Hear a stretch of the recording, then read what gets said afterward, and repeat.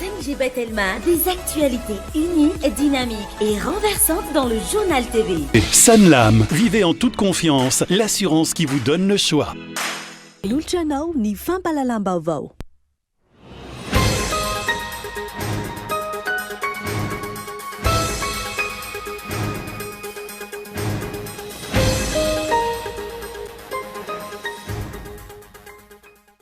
Andoavam-bola ny fahafana misitraka ireo zoma olombelona samihafa eny anivon'ny vonjy maro eto Madagasikara amin'izao fotoan'izao. Isan'izany ny zo afaka mitsidika ny havany ny gadra sy manatitra sakafo izay andoavam-bola hatramin'ny 5 ariary. Ireo mpandrarany fonja ny tompon'antoka voalohany amin'ireo kolikoly samihafa. Tsy manaraka ny lalàna velona ny fomba fiasan'ny seny amin'izao fanavaozana tanteraka lisam-pifidianan'izao. Hoy ny antoko malagasy miara-miangy. Mampiaia eny antoko ihany koa ny fiandrianan'ny pirenena manoloana ny fiankinandony sely sy ny fahefana mpanantanteraka amin'ny vola ampiasainy anatanterahana ny fifidianana. Mitaky ny fanesorana amin'ny minisitry ny fitsarana ny sendika ny pragidrarany fitsarana eto Madagasikara. Araka ny fanambarana androany, tsy manara-dalàna ny fanapahana ny karama andro pragidrara, nataon'ny ministera ny fitsarana sy ny ministera ny toe-karena sy ny fitantanam-bola. Nandritra ny volana Novambra lasa teo. Tsy mitsamy totongana ny tsena ny lavanilina amin'ireo faritra mpamokatra ankehitriny raha ny fitaraina andro mpisehatra. Tsy misy mividy ny vokatra ireo tantsaha noho ny fisian'ny fanalalahana ny tsena.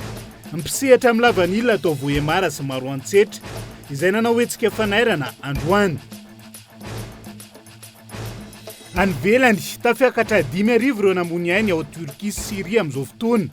Taorian'ny horohorontany ny seho tany an-toerany. Olona manalina ihany koa ny mila vonjy ankehitriny. Ny antsipirian'izay.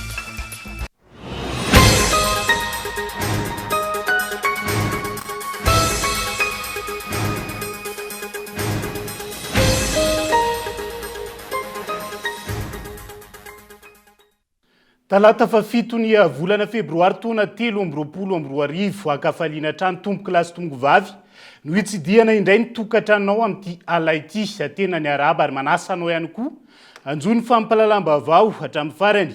Ho avy amin'izay fahatsiarovana ny daty ny fa-7 febroary izay sika rehefa avy eo fanombohana ny fampalalam-baovao. Andoavam-bola ny fahafana misitraka ireo zoma olombelona samihafa eny anivon'ny fonja maro. Eto Madagasikara amin'izao fotoan'izao isan'izany ny zo afaka mitsidika ny havany ny gadra sy manatitra sakafo ho azy izay andoavam-bola hatramin'ny 5,000 ariary. Raha ny fanadiadiana natao tamin'ity androany ity ny CNID izay laza. Nandritra ny tatitra nataony ny volana janoary lasa teo fa ireo mpandrarany fonja ny tompon'antoka amin'ny 700 mahery ny trangana kolikoly raha ho an'ny fonja natany mora sy tsy hafa nanaovan'izy ireo fanadiadiana. Mihamafy ny fitangosam-bola mihatra amin'ny voafonja sy ny fianakaviana eny anivon'ny fonja natany mora sy tsy hafay amin'izao fotoana. Raha ny fijoroana vavolombelona nataona renim-pianakaviana iray mananjanaka voafonja vao iray volana mahery eny Antanimora. Manomboka amin'ny 5,000 ariary no takiana amin'izy ireo ahafahana mamanginy ny zanany. Rehefa miditra makanja say dia tsy maintsy mandoa 5,000 izany. Fa rehefa ohatra izany ianao tsy mandoa an'ilay vola 5,000 dia tsy mahazo miditra any.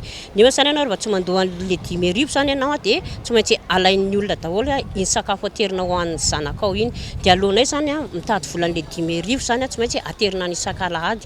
Fa tsy maintsy midemerda an'ilay 5,000 isan-kalahady nefa izany ny asako asa trano ny asako. Tsy vao izao ny sendrika kolikoly eny anivon'ny fonja izay hoy ny mpisolo vava. Saika azahoana izy ireo fitarainana momba eo avokoa ny olona mbola miandry ny fotoam-pitsarana.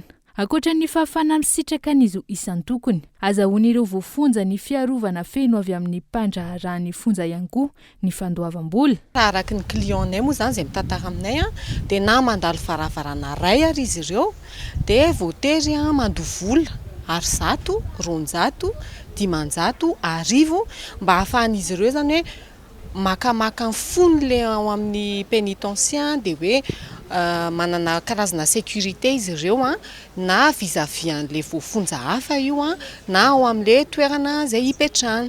na mandalo varavarana rera dia efa ampiana madinika any am-paosin'le voafonja. Raha ny tatitra nataon'ny CNIDH, ireo mpandrarany fonja no tompony antoka amin'ny 700 mahery ny trangana kolikoly raha ho an'ny fonjana Tanimora sy Tsiafa. Antony anaovana ireo mpisehatra amin'ny fitsarana sy ny olom-pirenena ny tokony ampitsaharana ny kolikoly. Itoviany rehetra eo anatrehan'ny lalàna. Misy responsabilité ngeza be avaty amin'ilay fitondram-panjakana tsy mandray ny andraikiny le izy. Raha hiteny zao tsika hoe ao amin'ny fonjana Tanimora na hoe any Tsiafa dia mazava ho azy fa misy toerana tsy mitovy mihitsy ny any. Misy toerana ny ratsy be, dia misy toerana tsara, misy toerana voavita moa amin'ilay tena tsara, tsisy tsy réglementation zany hoe iza no apetraka ato, rehefa inona no apetraka ato, rehefa misazy firy-taona ny ato. Dia zany hoe lasa manome fahefana feno an'le any Imponja zany le pénitencier any Imponja le izy hoe zareo no lasa misafidy an'le olona ho apetraka ao. Dia mazava ho azy rehefa isafidy an'izay izy eo koa ny havan'le olona voafonja sy le voafonja mihitsy lasa manitikitika andrery zareo zany hoe alao zay hipetraka ao fa alao omena vola ohatran'izao nareo. Nandritra ny fitsidihana ny voafonja teny Tanimora nataon'ny filoha ny 30 Oktobra 2024 raha iverenana no nanomezana baiko ampitsarana farany aingana ny kolikoly. Roa taona mahery aty aoriana, tsy izay ny zava-misy mitombo ny voafonja, mihisatra ny fotoam-pitsarana ka manjaka ny kolikoly. Ny fampanajana ny zon'ny voafonja izay tsy tokony ambava fotsiny ihany fa takiana asa maika sy mazava raha ny fanehoan-kevitra ireo mpisehatra samihafa. Fa tsy manaraka ny lalàna velona ny fomba fiasan'ny CNI amin'izao fanavaozana tanteraka ny lisam-pifidianana izao. Hoy teo anivony antoko malagasy miara-miainga tamin'ity androany ity. Fokotany maro no mbola mampiasa ny fiche locale de recensement hatramin'izao mampiaya. Ity antoko ity ihany koa ny fiandrianam-pirenena manoloana ny fiankinan-don'ny CNI sy ny fahefana mpanatanteraka amin'ny vola ampiasaina amin'ny fanatanterahana ny fifidianana amin'ity taona 3 ity. Mito ny fandikan-dalàna ataon'ny CNI amin'izao fotoana fanatanterahana ny fanavaozana tanteraka ny lisam-pifidianana izao hoy ny eo anivony antoko malagasy miara-miainga androany. Isany ahitana izany ny mbola fanohizan'ireo CLRE ny fampiasana ny fiche locale de recensement hatramin'izao raha efa tokony ho naverina eny anivon'ny CNI izany ny 2 Febroary teo. Hita nefa fa ankehitriny mbola misy ihany tsy fanajana lalàna ataon'ny CNI amin'izao fotoana izao satria eno hita ara-dalàna borofo fa hatramin'izao dia mbola misy fandraisana anarana olona anatin'ilay fiche locale de recensement nefa raha ny tokony ho izy ireo dia tokony efa averina ao anivon'ny CNI ahafahana manomboka mikirakira n'ilay lista. Ka ny zavatra rehetrarehetra dia mametraka aiay amin'ilay fomba fanatanterahany CNI refonte ny liste électorale io. Ny zavatra hita zany aloha zao dia hoe amin'izao fotoana izao misy zany olona mamenomeno an'ilay carnet io, misy olona any tsy mbola horaisina ihany ny anarany nefa ny tokony efa tapitra ny feim-potoana ka zany zavatra rehetrarehetra zany mapetraka fanontaniana amin'ilay hoe manaraka lalàna tokoa ve ny CNI amin'izao fotoana izao anatin'ilay tanterahana an'ilay refonte ny liste électorale io. Ary indrindrindrindra inona no fetraikany io tsy fanajana ny lalàna ataon'ny CNI io anatin'ilay fikarakarana ny lisam-pifidianana sy indrindrindrindra ny fanatanterahana ny fifidianana izay tokony ho atao amin'ity taona ity.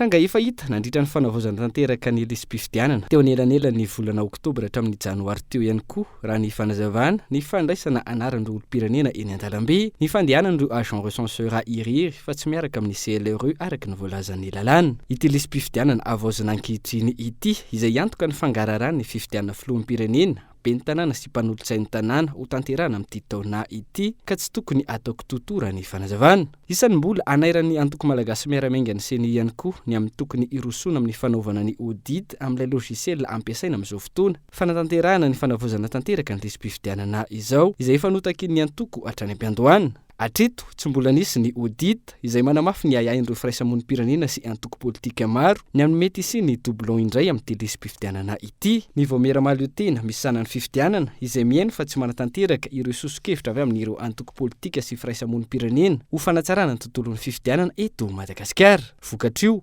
7 sy 7 sy 9 tapitrisa ny isan'ny mpifiditra ao anatin'ny lisam-pifidianana ny fiafaran'ny volana Janoary teo raha toka 3 faingo mitapitrisy no tanjona napetraka. Mbola misy eo amin'ny 4 millions 5 eo zany isan'ny olona mbola tokony tedavina. Midika sy manapovo zany fa mbola misy ray apatelon'ireo mpifidy ireo plus ou moins no tokony mbola tedavina ny senia amin'izao fotoana izao. Mahagaga ihany zany hoe le fandaminana raisin'ny teo senia hatramin'ny voalohany no efa tsy tomombana fitaovana nentina ny hatrehana an'io tsy manaraka an'le fenitra zay tokony fenitra iraisam-pirenena ka mitaky izay antoko malagasy Meramenga laza hoe alao mba ampina fanjakana ny teti-bola ahafahana miatrika an'ireo ampina ny olona ampina ny fitaovana fa na ny pouvoir exécutif sy ny gouvernement na ny senia somary tsisy nare an'ireny zavatra eo. Mila ezaka be ny senia ary indrindrindrindra isika olom-pirenena mila mailo amin'ny fanatanterahana an'ireo font io mila ezaka avy amintsika mba tsy ho sanatria ny senia irery sy ny gouvernement rery sy ny exécutif rery no anao zay daniny kibony nakasika an'io fifidiana io sy ny fikarakarana ny fifidianana io. Atreto tsy mbola nivaly ny fangatahany senia ny antefana amin'ny fahefana mpanatanteraka ny amin'ny fanampina no etomanana amin'ny fanomanana sy fanatanterahana ny fifidianana rososina ho tanterahana eto amin'ny firenena amin'ity taona ity. Atreto toa miandrandra ireo mpiara-mombonantoka ara-bola sy ara-teknika ny senia sy ny fahefana mpanatanteraka raha ny fanazavana. Somary manahirana kely an'izay satria misy ny atao hoe souveraineté eto amintsika état souverain tsika malagasy ny andeha hifidy dia ohatran'ny manahirana kely hoe tsisy ezaka avy any amin'ny gouvernement ampitomboina ny teti-bola entina hiatrehan'ny fifidianana io amafisiko fa anatin'ny lalam-panorenana no milaza hoe misy an'io fifidianana io atao amin'ity taonty fifidianana filoha-pirenena anatin'ny lalàna mahakasika ny fifidianana no milaza hoe misy ny fifidianana ben'ny tanàna ho atao amin'ity taonty ka mampiahiahy ihany zany hoe gouvernement fahefana mpanatanteraka zany tsy niomana amin'ny teti-bola zay ho ilaina entina anatrehana nyity fifidianana zay tokony atao amin'ity taonty. Tokony anamafy ny fanaraha-maso ny fanomanana ny zotra-pifidianana ny firaisamonim-pirenena ny antoko politika ary ny olo-pirenena ho iatrany ny antoko malagasy miaramiainga ananana fifidianana madio sy mangarahara ary vokatra ho eken'ny rehetra amin'ny fifidianana ho tanterahana amin'ity taona ity. Araka ny efa natsidiko tany am-piandohana dia iverina ao anatin'ny fahatsiarovana ny daty ny 7 febroary sika ao anatin'ity vaovao manaraka ity 14 taona katroka androany raharaha 7 febroary 2024 raharaha izay nisiny ny rahamandrika ary namoizana aina malagasy maro toy ny isa-taona misy hatrany ny hetsika fahatsiarovan'ireo olona namony aindry nandritra io ka nisy ny fametrahana feza ambonikazo teny Ambotsiroitra tamin'ity androanyity Nela Ranevson. 7 febroary 2024, 7 febroary 2024, feno 14 taona androany ilay raharaha namozana ain'olona maro teo anoloana ny lampam-panjakana Ambotsiroitra. Nanatotosa fanateram-boninkazo teny antoerana ny filohan'ny Repoblika sy ireo manam-pahefana tompon'andraikitra ary olo-pirenena.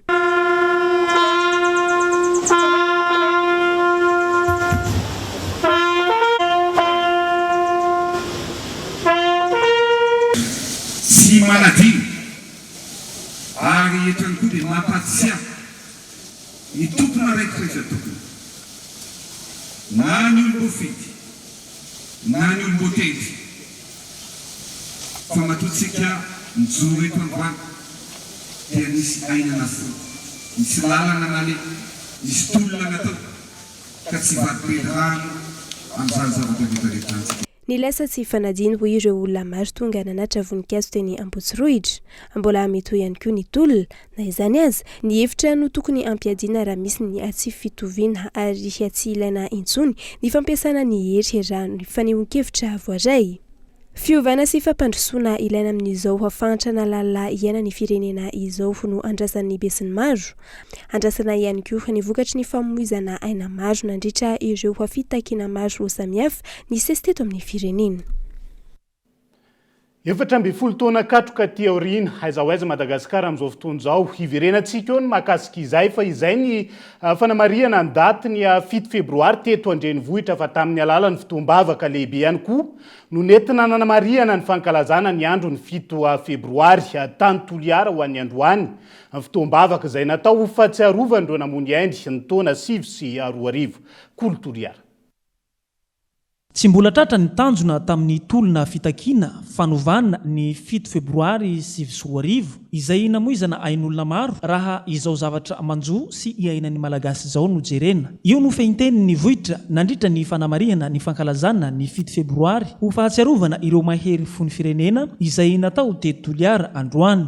Ekeko fa betsaka ny adihevitra mipetraka ankehitriny na amin'ny fandriam-pahalemana izany na ny kere izany na ny fampandrosoana ary 220 ny vahoaka malagasy 220 isanjato no mbola miaina tanteraka ao anatin'ny atao hoe fahatrana farahidiny zany eto amintsika ka tenenina tsy ampiambambana fa tsy tratra ny tanjona ary izay no ahatsiarovana ny fotoana ohatran'izao mba hieritreretana hoe aiza ho aiza tokoa moa zany no misy antsika miohatra amin'ny tanjona sy ny ezaka sy ny fanerina ary ny tolona natao tamin'izany fotoana izany. Ho an'ny Toliara manokana, maro ireo zanaky Toliara lavo nandritra ny fitakiana fanovana ny taona 2024 ka rary ny raha apetraka ny fahatsiarovana azy ireo ao anatin'izao fankalazana izao. Maro tokoa ny vahoaka malagasy amin'ny avy amin'ny lafivalin'ny nosy no niatrika an'izany 7 febroary izany.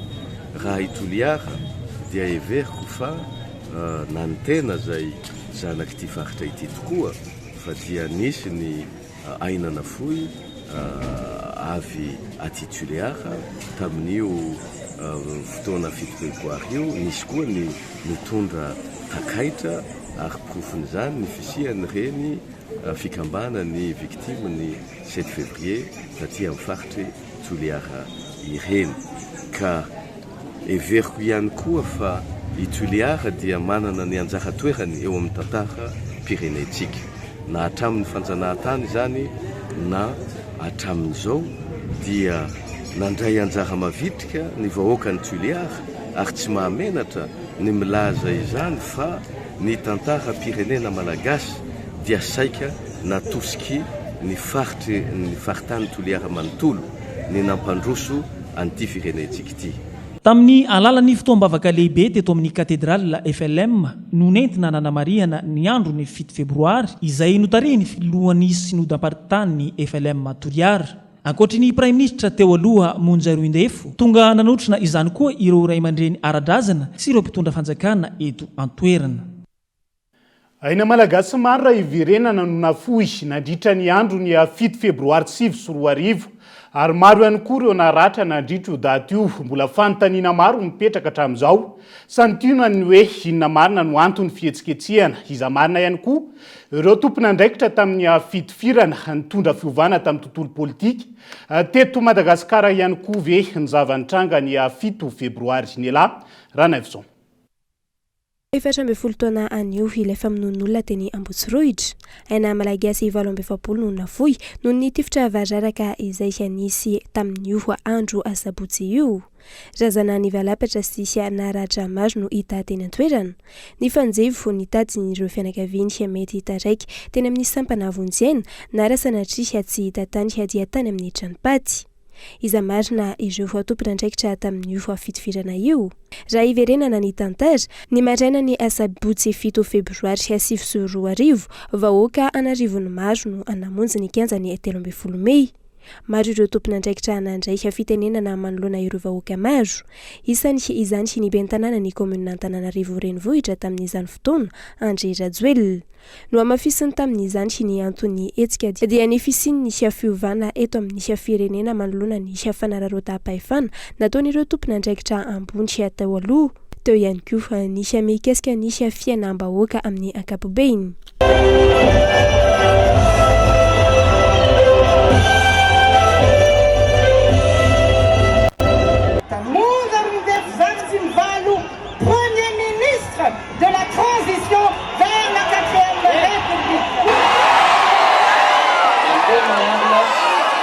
Tamin'io andro io no nanomezana andraikitra ny Prime Ministra lehiben'ny gouvernemanta ny Teteza Mita Anisha Monja Roindefo.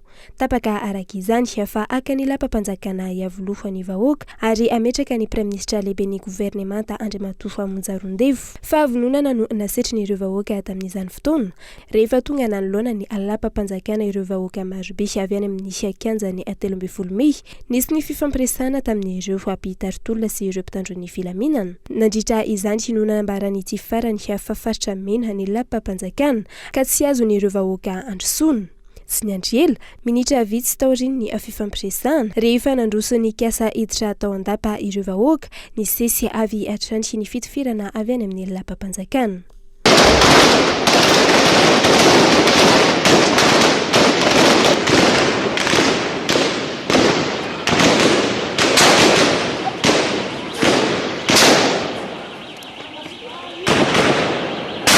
Maro ny maty, maro ihany koa ireo naratra nandritra izany. Nisahotaka ny olona tsy ampihany fiara ny tanterana ireo naratra, tsy naraka ihany koa ny tany amin'ny hôpitaly nandraisana ireo niarambony.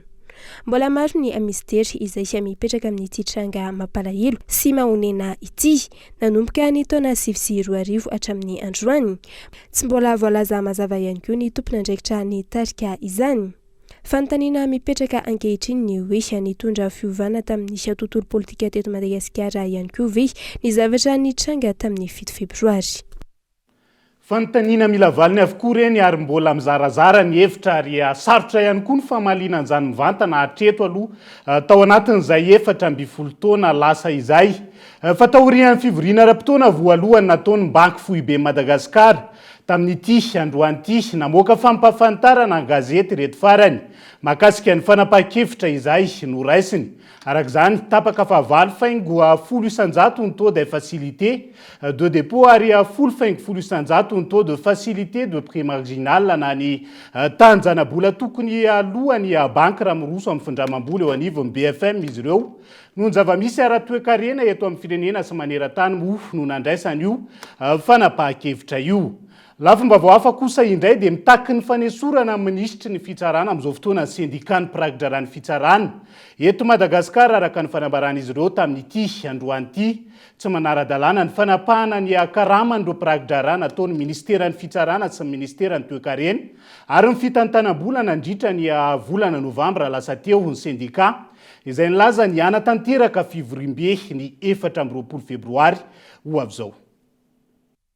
Tapitra ankehitriny ny fepotona nomen'ny SGM ny syndicat prakidrarany fitsarana eto Madagasikara ho an'ny fanjakana ny amin'ny famahana ny olana manjady amin'izy ireo nanomboka ny volana oktobra lasa teo. Na niasa aza ireo prakidrarany fitsarana taorian'ny fanomezana ny fepotona ho an'ny fanjakana tapaka ny karama ho azy ireo ny volana novambra raha ny fanazavana. Ankoatra ny karama tsy nisy ihany koa ny fandraisana ny prime de performance ho azy ireo nateo aza ny famoahana noty mikasika izany telo volana taloha nisy ny fitokonana. Mangataka ny fanesorana ny ministra ny fitsarana ankehitriny syndicat prakidrarany fitsarana. Zany ve natao hoe tantandalana ny ministry ny fitsarana ve mba manara-dalàna amin'izany hoe resaka noty no anovana lalàna izany. Resaka taratasy tsotra ifanaovana ministra roa ministeran'ny finance sy ministeran'ny fitsarana mahatapaka karamana olona zany ve natao hoe tany tandalàna. Vokatr'izany rehetra zany mitaky izahay ministra mahatapa-kevitra ministra mahavaolana satria ny ministra amin'izao fotoana izao dia efa nampitondra hafatra anay tamin'ny alalana solombavavahoaka anankiray hoe tsy manana vaolana amin'ny fanjakana fa tsy misy vola fa ny baiky nomeny filoham-pirenena dia hoe mampandeha juridiction zay ihany ny andraikitra ka tsisy ninina hampandeha ny juridiction raha tsy ny fanapahana karamandreo am'izay tsisy masametsika reo dia milamina ny fitsarana. Zay zany no valiteny nomeny zany ve le fanomezatoky hoe mijanona aloha nareo dia tajevana momba nareo dia avy rehefa nijanona izay karama tapaka menasy mandeha ary amin'izao fotoana izao efa misy attaque personnel mihitsy mandeha. Zany zavatra mitsanga amin'izao fotoana izao ary tena mitaky zay ministra vaovao mahatapakahatra mahavaolana fa tsy ministra mpanao atojay sy mpanao didiky felehibe tahaka an'izao. Vohitsakitsaka ny zoany ireo prakidrarany fitsarana no ny fahatapahan'ny karaman'izy ireo ny volana novambra raha ny fanazavana. Arak'izany anatanteraka fivorim-be ny syndicat ny prakidrarany fitsarana eto Madagasikara ny 24 ny volana novambra izao. Tsy fahefan'ny ministra ny fitsarana sy ny ministra ny finance manapaka ny karaman'ny pasipajaka satria niasa zo ny mitokona ao anatin'ny constitution zany fa tsy atao biby fampatahorana anay ny fanapahana karama. So de zay no heverina fa hoe hampihemitra anay sanatria ary ny filoham-pirenena ny laza fa sosialim-bahoaka aiza ny sosialim-bahoaka amin'izao ny karama mampiasa indray no tapahana fampiasa-mpanjakana izahay fa tsy piasany ministra tsy ho voafehny rindrina efatra ity intsony izahay fa hivoaka andalambe handeha hakena ministera na ina ministera faravohitra ina fitsarana na ina ministera amin'ny finance handeha hoeny zahay hitaka an'io avolao hataony fanjakana zay ataony fa zahay efa vonina hiandry zay ataonareo anay misy aina ampy 20 ireo prakitra raha tsy nandray ny karamany ny volana novambra lasa teo raha toka manjatiny ireo tsy nisitraka ny prime de performance manerina nosy ijanona manodidina izay tontolo ny asa pitsarana izay ihany sika ao anatin'ity vaovao manaraka ity trangana fandikan-dalàna maro no hita tamin'ny raharaha pitsarany Rajason ary Laurent fantatry maro amin'ny hoe Roly Mercia hony mpisolo vavazy tamin'ity androan'ity ny fitsarany izay ampiasaina ho fitaovana politika amin'ity raharaha ity ka miteraka fisehoan-javatra tsy fahita maneran-tany raha ny fanazavana onona saina. Ny akatra fitsarana androany teny anosy ny raharaha mahavoasaringotra ny Henri Laurent Rajason fantatry ny maro amin'ny Roly Mercia raharaha izay ahitana trangana fandikan-dalàna maro ho ny mpisolo vavazy. Eo tsika mahita antoyany, eo tsika mahita antoyany satria raha naheno nareo teo dia noenjehana ihany koa ny vadiny ny filoha teo aloha lazaina fa complice amin'io faux témoignage io. Tsika milaza foana hoe dossier tsotra fa rehefa mahita an'le zavatra ao anatiny ao dia mety mampietry dossier politika ny fond ny dossier hitazonana ny matoro Roly Mercia. Izay ny fomba ao anatiny ao tompoka misy vazaha teratany frantsay voenjika miaraka amin'Andriamatoro Roly Mercia lazaina fa nanao faux témoignage na complicité de faux témoignage tany Paris nefa ny zavatra nataony vazaha io tany Paris ara tsy enjehany lalàna frantsay. Rehefa zavatra tsy enjehany lalàna any amin'le tany dia tsy azonao enjehana amin'ny lalànanao. Nisy tsindry ihany koa nahazo ity ministra ny serasera teo aloha ity nataona mpanolotsaina ny filoha ankehitriny raha ny fanazavahana izay nilaza fa raha mandiso ny fijoroana vavolombelona nataony teo anivon'ny PNF na ny pôle national financier i Roly Mercia dia milamina ny raharaha. Inona mampatsiara dalàna azy misy olona anankiroa any andafy amin'izao tsika miteny zao lalàna mametraka mazava misy tele ahafahana miantso an'ireny olona ireny iseho fitsarana voapanga ireo olona ireo maly 6 février no nalefa ny fiantsoana an'ireo olona ireo dia natao tany amin'ny fampanoavana izany hoe natao haingakaingana be magnenjika an'ilay fitsarana androany fa le olona ireo tsy mahalala akory ny fisin'ny fitsarana. Izay ny voalohany. Ny faharoa manarakaraka an'izay ara-dalàna na ny tena marimarina kokoa tsy maefa amin'io raharaha io ny fitsarana eto anosy. Ny antony dia tsotra misy loham-panenjehana mahakasika ny ady amin'ny kolikoly voalaza ny lalàna rehefa misy loham-panenjehana sahala amin'izay dia tsy maefa avy hatrany ilay fitsarana adeloka tsotra. Ivoaka amin'ny herin'ny anio ny didim-pitsarana momba ity raharaha PNF mahavoasaringotra ny Roly Mercia ity ho ny mpisolo vavazy. Isan'ny voambolana vaovao indray aloha izany le hoe tsy fahita maneran-tany fa tsy nampiasaina intsony le hoe tsy fahita tao anatiny 10 taona tao anatin'izay raharaha zay. Fa vola mitetina 10 sy 300 tapitrisa ariary natokana hividianana fiara teo anivon'ny postra malagasy no nisy nanodikodina ny taona 7 hatramin'ny taona 5 taorian'ny fampiakanana fampanoavana raha ny fitsarana maso akaiky ny tompon'andraikitra voalohany amin'ny tsenam-barim-panjakana ary nahazo fahafahana vonjimaiky ireo ndray petsapetsa taminy tao anatin'ity raharaha ity.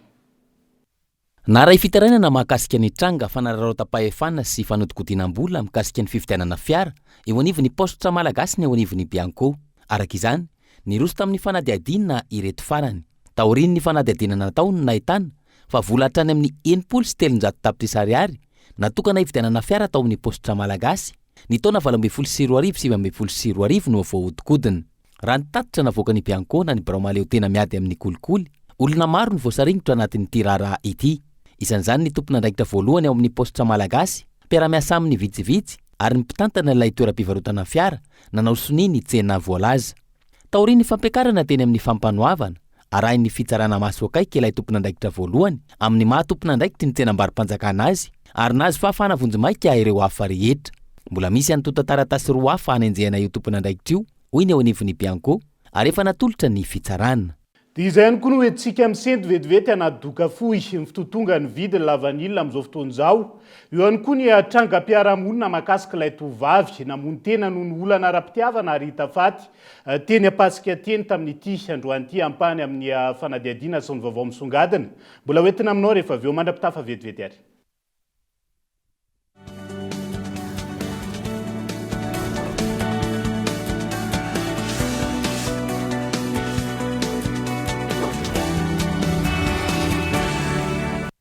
Gratuite. Gratuite. Gratuite. Mais qu'est-ce qui est gratuite? L'installation de la fibre est gratuite jusqu'au 30 avril. Et maintenant, abonnez-vous vite à la fibre Family ou à la fibre Home ou à la fibre Home Plus. Mirad et ses collectes Telma vous feront plaisir à installer gratuitement votre fibre. Abonnement à partir de 149 milliards TTC par mois. Telma, sa fibre numéro 1 Malagasy. Une voiture détruite. Une voiture qui prend feu. Une panne avec un bébé. Une collision. Puis, on se souvient que quand on est chez Sanlam, on peut être tranquille et confiant car on est protégé contre les accidents, l'incendie, le vol. On a aussi droit à une aide au constat, au remorquage et même à un véhicule de remplacement car l'assistance est gratuite. Eh oui, gratuite. Et tout ça au travers de 4 nouveaux packs Auto Sanlam au choix. Avantages, évolutive, confort et liberté. Sanlam, vivez en toute confiance, l'assurance qui vous donne le choix.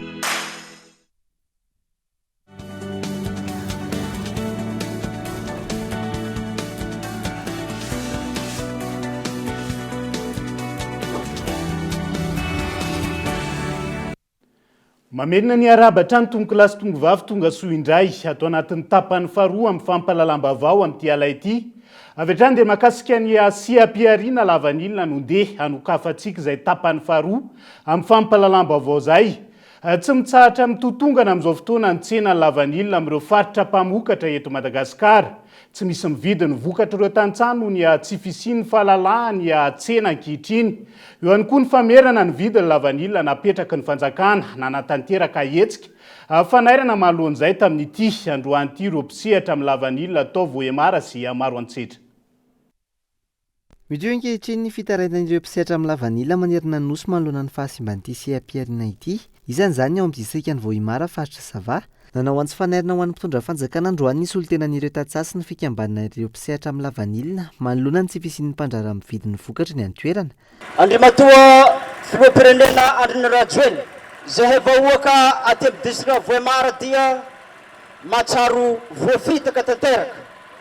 Na ny vola mba ho ampirinina tsisy ary raha sagnatria raha ohatra misy marary ao an-tokantrano na ny vola hoentina andeha tsabona tsy misy satria ny lavaninay amin'izao fotoana zao tsy misy mividina dere aza. Matsapo marary zahay ampamboly satria ny vidim-bokatra tsy lavo. Misy prix nambaran'ny fanjakana fa tsy avampofoagnanay agny. Ke zahay sahira isan'andro mandeha agnaty ala, ny agnaty ala ka karambalovery hazon'ny mpangalatra. Ke ny tiagna viagna tompoko. Eto tiako aviagna ve ny fikambanana maromaro tafiditra eto Madagasikara. Nefa ny prix misy tsy avy amin'ny ampamboly. Magnano zarefa kanefa mety fangalana apo aminareo fanjakana fô ny agnanaovandreo an'antsena. Miantso amin'ny fanokafana malalaka ny tsenan'ny Lavanilina ireo mpisehatra ankehitriny. Ato zahay mitaky vidiny raha ty mba vahana mijaly tsisy raha hoany ekolasin-draza fa tsy voaefa ato zalahy aza mampividy raha ty mba libere ireo mba lafosan'ny raha lety fa mijaly zay vahoaka mba mangataka zay re tompoko ny agnafoagnana voalohany ilay $250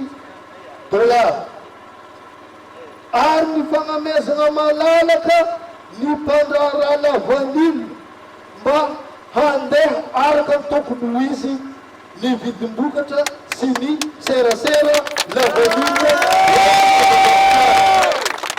Ombianombiany efa fantatsika tsara fa ny région Sava no capitale de Lavanilina Antala fantatratsika. nanatanteraka filaharana an-dalambe sy filanjana sorobaventy ihany koa androany ireo mpisehatra amin'ny lavanila ao amin'ny distrika ny Maroantsetra. Izy ireo izay manamafy ny fitakinany amin'ny anokafana malalaka ny tsenan'ny lavanila tsy ho an'ny olon-tokana. Olany siam-piariana lavanila izay fa olana manodidina ny tontolon'ny fanabeazana eto Madagasikara kosa indray. Maro amin'ireo mpianatra no manampy ireo ray aman-dreny amin'ny fidiram-bola amin'ny andavanandro ka mahatonga azy ireo tsy hifantoka zato isan-jato amin'ny fampianarana raha ny fanadihadinana natao tamin'ity androany ity ankilan'izay.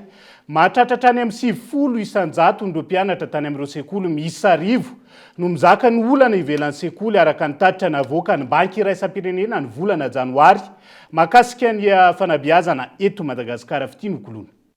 Marary ny sehatra ny fampianarana sy ny fanabeazana eto Madagasikara. Misy akony amin'ny faripahaizan'ny ankizy ankehitriny ny fahasahiranana iainana amin'ny andavanandro araka ny fanadihadiana. Manaporofo izany ny tatitra navoaka ny banky iraisam-pirenena ny 20 janoary lasa teo mikasika ny fanabeazana eto Madagasikara. Raha ny tatitra mahatratratra amin'ny 70 isan-jato ny ireo mpianatra no mizaka ny fahasahiranana ivelan'ny sekoly. Fianarana manodidina ny 10 no nanaovana fanadihadiana izay nahitana tranga mitovy. Ny 70 isan-jato amin'ireo mpianatra ireo no tratry ny tsy fanjarian-tsakafo raha io tatitra io hatrany. Misy fiantraikany amin'ny fahazotoan'ny mpianatra any an-tsekoly ny fahasahiranana raha ny fanazavan'ny talentsekoly nanaovana fanadihadiana androany. Ho an'ny EPP andotam-penaka voalohany, ny 20 isan-jato n'ireo mpianatra no misedra izany fahasahiranana lalina izany.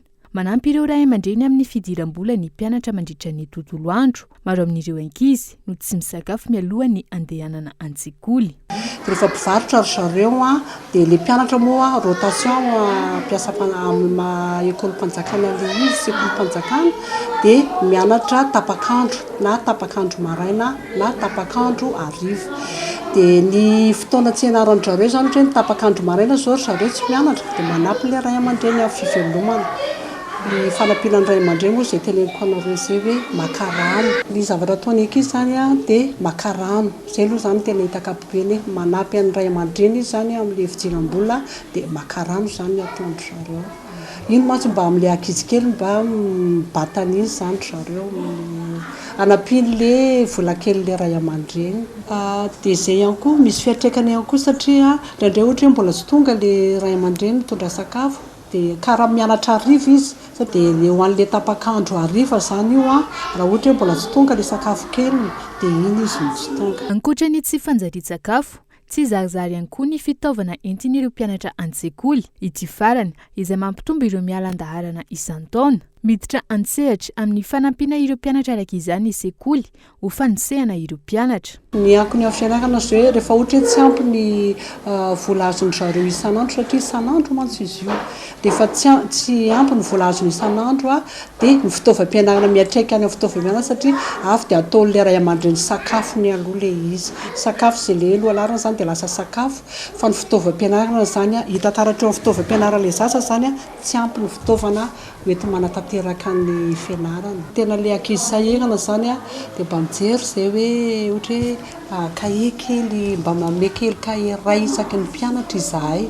Tsy ny rehetra nefa fa ilay tena sahirana izany mba misy ambana kahie ohatra ato aminay dia reny zaraina ho an'ilay ankizy sahirana. Ny 70 isan-jato n'ireo mpianatra malagasy nanaovany teo anivon'ny banky iraisam-pirenena fanadihadiana no tsy navy akory ny famakiana sy fahazahoana lahatsoratra mifanaraka amin'ny taonany. Ankoatran'ny olana sedrain'ireo mpianatra manoloana ny fahasahiranana andavanandro izay mampitotongana ny faripahaizana. Antony hafa ihany koa ny olan'ireo mpampianatra amin'izao fotoana sy fepetra iainan'ireo mpianatra sy mpanabe. Fa tsy mankasitraka ny fanesorana ny talentssekoly am-perinasa ao amin'ny CEG talata angavo. Sisy koa ankazobe amin'izao fotoana ireo ray aman-dren'ny mpianatra ao amin'ity sekoly ity. Raha ny loharanom-baovao tany an-toerana androany nanatanteraka fitokonana fahobe teo anoloana ny sekoly ireo ray aman-dreny ary manao antsoava amin'ny mpitondra fanjakana hijery akaiky ny tena zava-misy any an-toerana. Mpampianatra miisa 2 ny voamarina fa isana presika ny tompony andraikitra eo anivon'ny Sisco Ankazobe anatanteraka ny fanesorana ny talentssekoly am-perinasa ao amin'ny CEG talata angavo. Sisco Ankazobe raha nitatitra avy amin'ny talentssekoly androany fanesorana izay tsekain'ireo ray aman-dren'ny mpianatra ka nanaovana izy ireo fitokonana androany.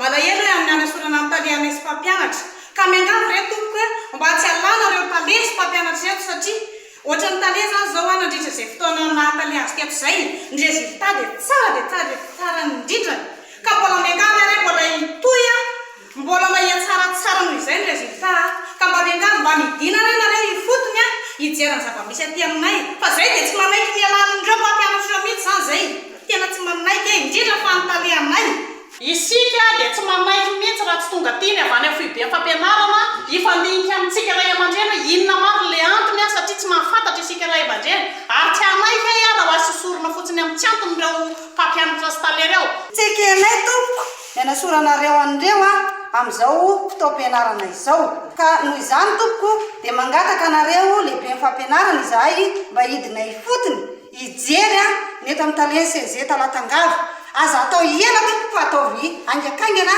fa mianatra amin'ny mpianatra efa nisy ny fitarainana nataony ity taletsekoly ity teny anivony Cisco Ankazobe saingy izao niteraka amin'ny fanesorana ny tenany amin'ny asan'izao misy mpampianatra no mametraka olana eo amin'ny taletsekoly ary koa mametraka olana eo amin'ny ray aman-dreny no tsy fiasana matetika eo amin'ity sekoly ity zay nahatonga fitarana ray aman-dreny tao amin'ny taletsekoly tamiko zany avy eo napitaiko tany amin'ny Cisco kay moa tanakavanana amin'ny Cisco io zareo lasa tsindry azo lena lay CG talatangavo nohon'ilay fianoana laponisy tokana fa tsy mba misy regroupement mihitsy ataony amin'ny Cisco ka dia mangataka anareo any amin'ny draine any amin'ny ministère ny fampianarana indrindra moa raha mataony ministra mba hidina akaiky na mba handefa olona akaiky mba hijery akaiky an'izao problème misy aty amin'ny CG talatangavo zao tsy ahivany tsy voavoalohany no nisy tranga tahaka izao eo amin'ny sehatry ny fahanabeazana eto Madagasikara raha ny fanazavana trano tranga izay anairana ny tompona andraikitra anaramaso ny eny fotony isoroana ny disadisa tahaka izao ireny olana ireny mitambatra no isan'ny mampitombo ny fandozan'ny zaza sekoly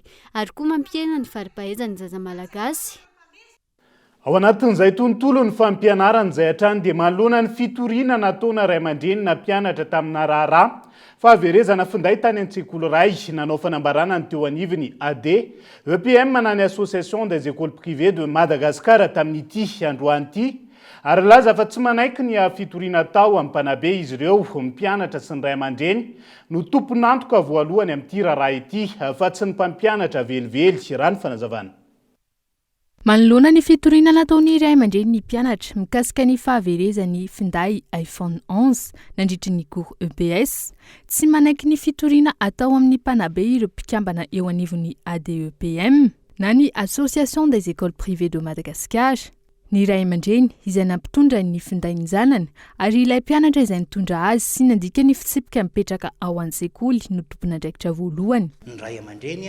hanadiady hoe nanahoana marina zany ny zava-misy satria ny sekoly dia sehatra atao hoe fanakalozan-kevitra kanefa moa dia fitoriana avy hatrany zany azo fiantsoana any amin'ny brigade des mœurs et de la protection des mineurs dia gaga ihany zany zahay amin'izay izy fotoana zay satria eo aloha zany ny asan'ny mpampianatra hoe manahoana ny asan'ny mpampianatra zany eo anatrehan'izay zavatra zay kanefa lasa toriana zany any amin'ny commissariat dia eo zany aloha zany zay amin'ny zay hoe zomy mpampianatra zay dia manameloka aloha zany zay tanteraka mihitsy ny zomy mpampianatra satria nanatanteraka ny asany eo am-panatanterahana ny asany zany izy no tratran'izay zavatra zay ilaina amin'ny fahafantaran'ny ray aman-dreny ny fitsipika amin'ny feno sekoly ary tsy tompon'andraikitra amin'ny zavatra ankoatran'ny fianarana ireo mpanabe fanampin'izay ny mpampianatra tsy tompon'andraikitra velively amin'ny zavatra akoatra ny fianarana zany fitaovam-pianarana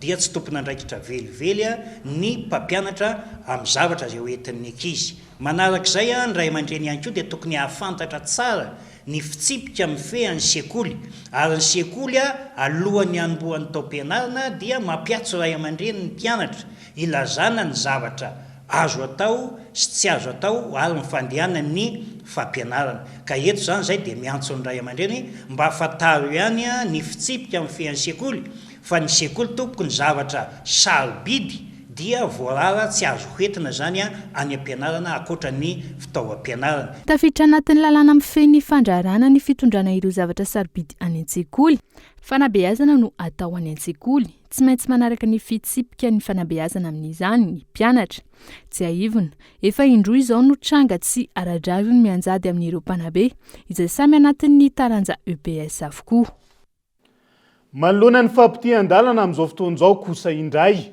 tokony amboarina hatramin'ny farany ny lalana fa tsy atao petatoko tahaka ny amin'izao fotoana ireo mpitatitra sy mpampiasa ny lalam-pirenena fa roso fa efatra nahazoana fitaraina nandritra ny fanadiadiana tamin'ity androan'ity raha ny zava-misy natao terasement ny lalana ka najanona hatreo ary tsy nisy toy intsony ny asa fanamboarana taorian'izay Daniela Mino Arso.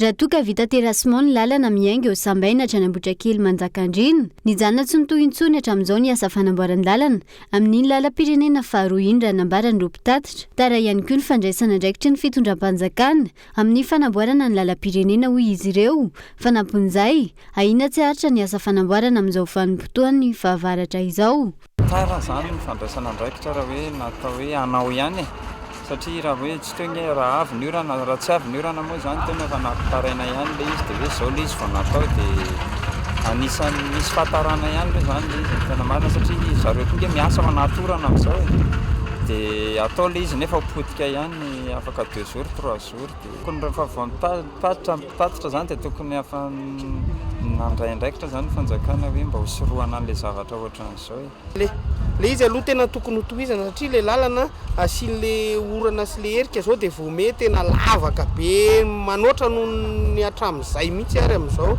tena manimba tomobile le izy ary tena mampivadika mihitsy ary satria mitongilana be dia mibaloto be le tomobile tsy ahafahana mandeha mihitsy koa manenjika le fotoananay zany tena very be tabe eo. Ankilany tsy mbola nisy asa fanamboarana hatreto any amin'ny lalam-pirenena fahaefatra ankoatra ny fametrahana ny pont-bele eo amin'ny croisement Bevoay. Fa le miakatra sy midina amin'ny pont-bele nefa grave be mamono pneu mihitsy mampifrody dia le eo amin'ilay croisement Bevolany tonga dia lavaka be le izy nefa mora atao raha ohatra hoe tena vonona anao na tsy atao godroit raha fa sina vato dia sina fasika dia tokony azo andanina tsara satria misy lavaka be telo eo mampisasaka tomobile mihitsy raha ohatra hoe avy orana dia le ria croisement jiji indray miotsaka ao zany tapaka tena mandalo any ambany any ianao nefa io lalana io le andalovana miakatra avy eo koa za zany tazana tao ambany manomboka lasa koan'ny rano koa le izy fa tsy haiko hoe tsy manorana eo zany fa système azo atao mety hoe azo atao radie na hoe barazena faranzaingana le rano. Vokatra tsy maro no ateraky ny fahasimban'ny lalam-pirenena io raha ny fanazavana hatrany tafiditra amin'izany ny fatiantoka iainan'ireo mpampiasa lalana toy ny fampitehan'ny fiara ny fampitomboana ny solika tsy maintsy ampiasaina ny tsy fandriampahalemana eny amin'ireo point noir sy ny RN2 sy ny RN4 ihany nezana natao terasement avokoa ny akamaroan'ireo lalana simba rehetra indrindra ny lalam-pirenena saingy nijanona hatreo ary tsy nisy toy intsony hopotika kokoa noho ny teo aloha ireo lalana hoy ireo mpitatitra raha mitoy ny rotsakorana ka amin'izao fotoana hitombo ny fahavoazana. Fa tany mirefy 6 hektara ao ambody Vondava commune Lasoro amin'izao fotoana no fefena olona iray izay milaza ho ny vidin'ny tany nilaza teo anivon'ny SIF na ny asehatra iombonana ho an'ny fananantany fa tsy manara-dalàna ny antota taratasy ary ahina ny endrika kolikoly avy tamin'ny raharaha izay manimba tanteraka ny fotom-pivelomana tokantrano hatramin'ny 70 isa amin'izao fotoana izao fitianokoloana. Tany Tsapamboly manodidina ny 500 amin'izao fotoana no mitaraina vokatry ny fanefena tany izay ataon'olona iray ny volana Novambra 2024 lasa teo. Tany manodidina ny 6 hektara ao ambody Vondava commune Lasoro amin'izao fotoana no potika manoloana izany. Raha ny fanazavana tany nolovaina tamin'ny iray aman-dreny teo aloha io nisina ny fio. Ny mikasika ny hoavin'ireo mpamboly ireo zany tena manahirana sainanay tompon-tany zany amin'izao fotoana izao satria somary voafitaka ireo olona ireo tamin'ny zavatra nataony nisy tamin'ny tonga le vadi-tany nandroka anazy nampy ny avy ny taratasy tsy azo ny akory ny dikany ao anatin'le taratasy zay milaza fa manaiky ry zareo hiala tsitrapo amin'le tany dia nampanantenana akory zareo hoe omena vola amin'izay laniny tamin'ny fikarakarana an'le tany kanefa moa zany zavatra zany tsy nisy mihitsy fa fandrahonana zay natao be da be fa fitoriana zay natao ihany koa. Raha ny fanazavana ireo mpamboly manodidina ny 3 taona isan-taona no vokatra eo amin'ny tany tsy manana fotom-pivelomana araka izany ireo tantsaha amin'izao fotoana. Zay tompoko zao dia tena voamafy mahitsy izay izao satria tsy mamboly. Ireo tambary ireo a niatoko ny fiainanay, ireo ny hanina hohaninay. Tsy manana tambary hafahafa volena zay afa-tsy ireo tambary ireo. Manaraka an'izany a, izay indray mbola toriny hoe nanala borina. Lavinay hatramin'ny farany tompoko izany fanasorana borina izany, fa mbola ao zao borina zao raha na jeren'ny fanjakana raha mbola ao. Kanefa endrikendrehany izay manao an'izany. Za zao tompoko a, izay mivady, efa antitra, tsy mba manana hoe ivelomana tsony afa-tsy mamboly io, mamboly vary. Io ihany mba fambolenay hatramin'izay. Ahina ny endrika kolikoly avolenta manoloana ny raharaha araka ny fanazavan'ny SIF na ny sehatra iombonana ho an'ny fananantany. Manomboka any amin'ireo vondrom-bahoaka itsinjaram-pahefana samihafa no ahitana taratra ny kolikoly. Ny olona izay nividianana ity tany ity, izay efa ndao sy ny fahafatesana taona maro lasa zay, ka namoronana taratasy osika. Acte de vente any amin'ny authentificateur d'acte any amin'ny délégué administratif d'arrondissement moa anisan'ny authentificateur d'acte tany amin'izany 79 zany le rantranga. Dia raha nianatra an'izany izy hoe raha ohatra ka hanao acte de vente, tsy habilité hanao acte de vente ny olona maty, tsy manana capacité juridique intsony ny olona maty, fa ny héritier na ny ayant droit no manao an'izay. Nomologuer ny tribunal koa nefa io mahagaga fa maninona nomologuer satria ny tribunal mijuge hoe mety ve ty sa tsy mety. Dia anao secret de polichinelle leto fa misy corruption io e.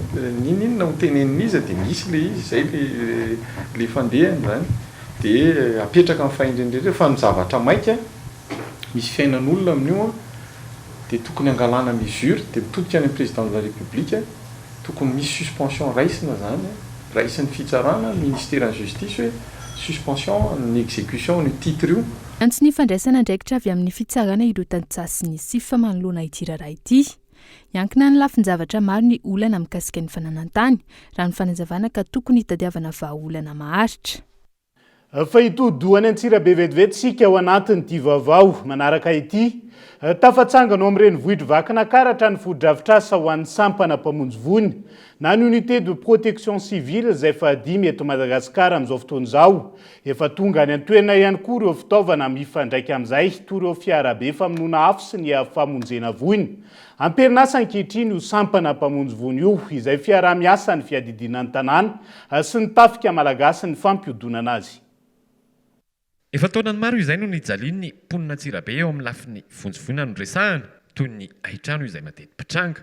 Ankehitriny dia efa perinasa tanteraka ny sampana mpamonjy vonina eto Antsirabe amin'izao na ny unité de protection civile.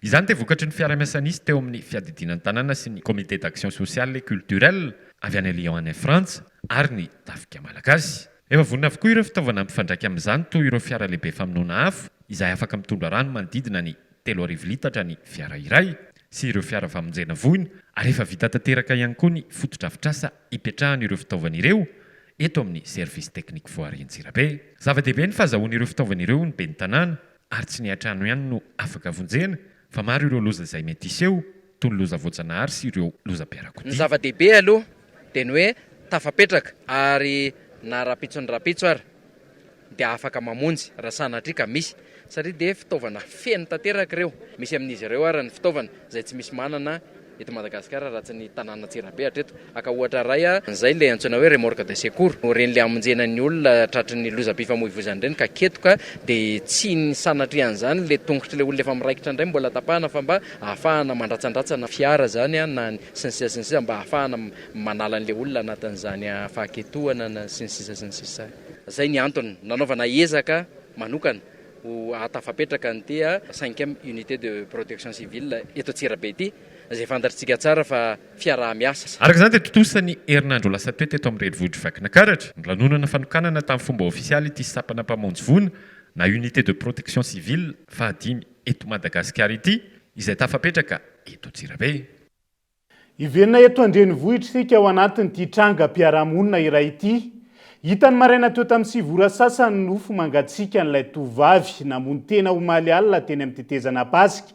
Raha ny fantatra ny fisakanana azy tsy hanambady ilay olon-tiny no nanosika ity farany. Tamin'izao fa minoteny izao Daniela Mino Arso. tovovavy iray manodidina 120 taona moniny tsy apasika varatra no hita faty tetsy ambany ny tetezana pasika ny maraina teo tokony ho tamin'ny 6 ora sasany raha ny zava-misy no lazainy ny olona akaiky azy omaly tokony ho tamin'ny 12 ora sasany ity farany no nitsoraka namono tena tao amin'ny ranony kopa rehefa norarana tsy hanambady ilay olotiny izay fantatra ihany koa fa efa manana ny fofombadiny. Miasa mibara zany izy io dia teny amin'ny zareo any ny alina fa mamo avany am-pandanana dia naika atoro teny aminazy fa miasa mibara izy dia nahita ny zava-nisy tao amin'ny zareo moa niaraka natoro tamin'ny sipany izy dia izany no teny taminazy hoe aza manimba tena ohatr' izao fa andao andeha ho any an-trano dia zaka moa ny tenenina an'izany dia miteny izy hoe andeha hamono tena dia lasa nandeha nakaty amoron-drano izy dia tonga teo amoron-drano izy dia efa nanembitra anazy hoe tsy aiza mitsoraka ao anaty rano fa andao andeha hody dia tsy nety moa izy hita tsara za mihitsy niaraka taminazy fa zay da zany samy mitsoraka atao anatiny tao daholo satria noentiny niaraka taminazy za aloha tafatsanga tena tafatranga dia nahazo sisiny dia avy eo verina naka mitsoraka atao anaty rano indray dia tsy azoko intsony izy dia lasa n'izay nandeha namonjy naka olona tany an-trano dia verina taty moa ilay olona avy any an-trano dia tsy hita ozy izy izay atao fa samy mitady teo dia tsy nahita dia hoe andao andeha hody fa aleo miandro maraina. Tonga tena toerana ora vitsy taoriana io ny mpamonjy vonana nanao ny asa fikarohana ka tamin'ny 9 ora sasany teo no hita ny nofo mangatsiaka nyity tovovavy ity marina tsy voazao no misy trangana famonotena noho ny olana ra-pitiavana tahaka izao iny an-toerana.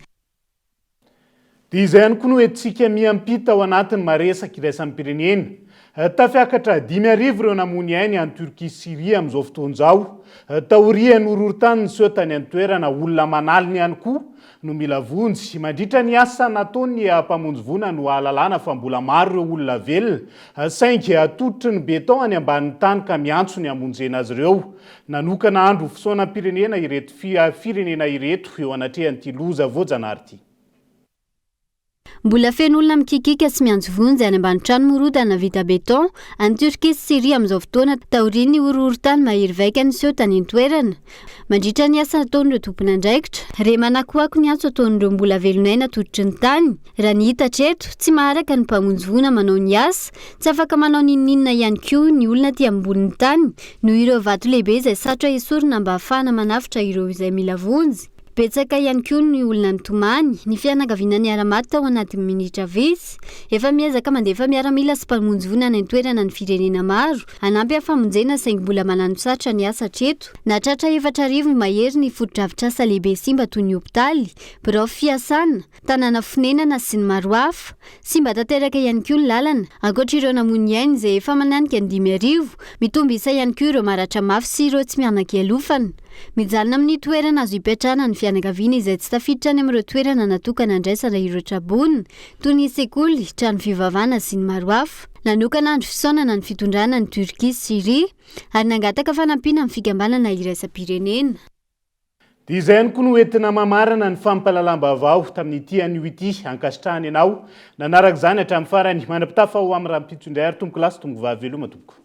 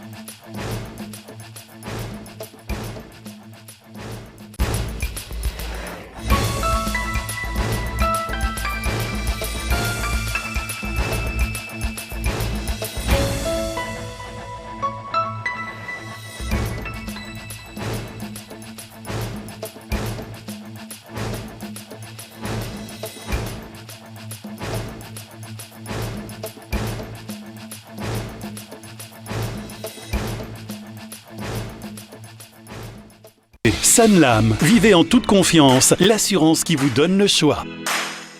Vous a présenté Nivavo. 5G Batelma, des actualités uniques, dynamiques et renversantes dans le journal TV.